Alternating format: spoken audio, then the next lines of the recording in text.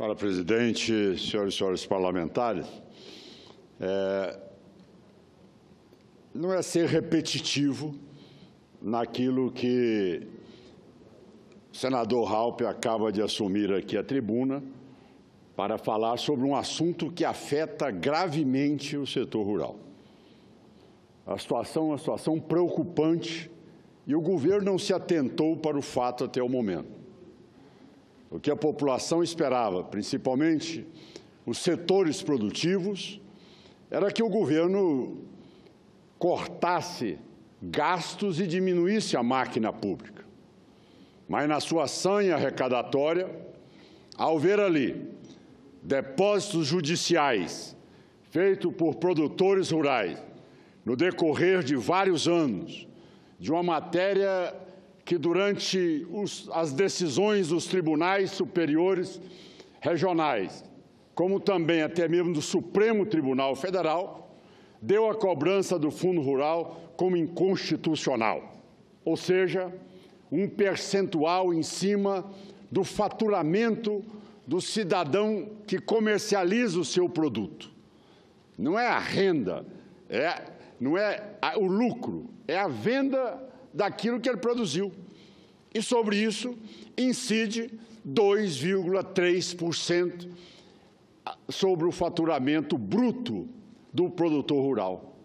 Esta matéria, como colocou muito bem o senador que me antecedeu, essa matéria, durante todos esses anos, ela sempre foi tida como uma fonte que jamais ela seria reconhecida ou dada a ela a constitucionalidade, tamanho a desestruturação que ela causaria no setor produtivo primário. Eu cito um exemplo claro, evidente. Vejam, senhores e senhoras, vamos citar apenas o ponto especificamente na área da pecuária. O cidadão foi lá, tem o seu criatório, vende o seu bezerro. Olha, naquela hora, o produtor é obrigado a ter que reter 2,1%. Esse cidadão comercializa depois para um confinamento. Ele é obrigado a reter mais 2,1%. Depois ele vende para o frigorífico, mais 2,1%. Quer dizer, não só é cumulativa, em cascata, em todos os males que pode criar. Mas veja a gravidade do fato. É que essa decisão do Supremo, neste momento dessa sanha arrecadatória do governo, e numa decisão de 6-5, o que é que a Receita se propõe a fazer depois de várias reuniões que lá tivemos? Primeiro, quer uma retroatividade nos últimos 5 anos, ou seja, tudo aquilo que foi comercializado nos últimos 5 anos, o governo quer agora interpretar, ou a Receita quer interpretar, com a prerrogativa de poder buscar 2,1% sobre todas as operações do setor rural. É um valor inimaginável. É um valor que extrapola mais de 20 bilhões de reais.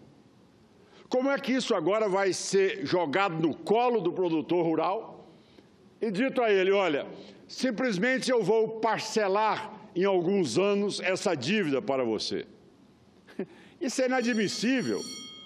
Nós apresentamos um projeto da remissão dessa dívida, porque o governo não tem condições, neste momento, de querer exigir do único setor que ainda está sobrevivendo diante de uma crise tão grave como essa, seja penalizada com um tributo que até então era tido como inconstitucional e que agora, neste momento, ao invés do governo conter suas despesas, quer impor à área produtiva primária mais uma retirada de capital de giro de mais de 20 bilhões de reais.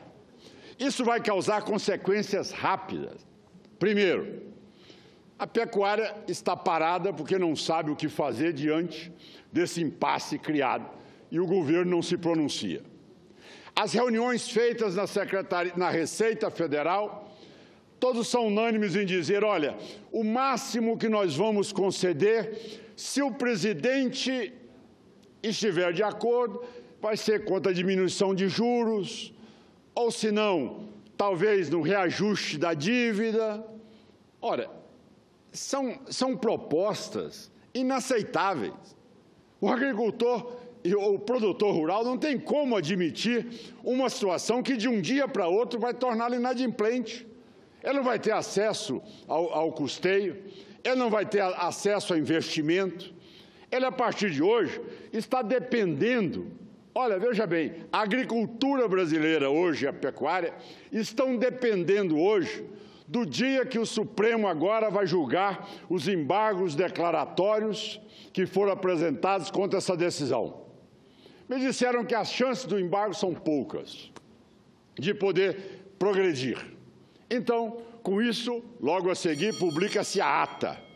Publicada a ata, senhora presidente, 48 horas depois, a Receita Federal já passa a emitir a cobrança sobre todos os agricultores brasileiros. Veja bem o caos instalado. Veja bem essa situação da judicialização do setor produtivo primário. Quer dizer, tem que contratar advogado, não tem dinheiro para custas, acumula dívida, fica inadimplente, vai para a dívida ativa da União. Será possível que esse governo não entendeu que nós já saímos dessa etapa? Nós tivemos condições de 1990 em diante, renegociar dívida, estabilizar a agricultura, tornar a agricultura a referência mundial, a agricultura brasileira, e de repente o governo insiste, nesta hora, em querer repassar para o setor uma dívida que não é dela, e ainda imputando no ano de 2018, para concluir, presidente, no ano de 2017, uma total insegurança. Qual é a regra atual? O que é que nós temos que fazer diante disso? Ontem mesmo, na reunião de líderes, eu solicitei que o projeto de nossa autoria, com apoio de vários líderes da bancada do Senado Federal, que assinaram, nós pedimos ali a urgência do projeto. Mas, ao meu pedido, presidente, o senador Romero Jucá solicitou que fosse dado um prazo para que ele consultasse a Receita e trouxesse uma resposta para nós.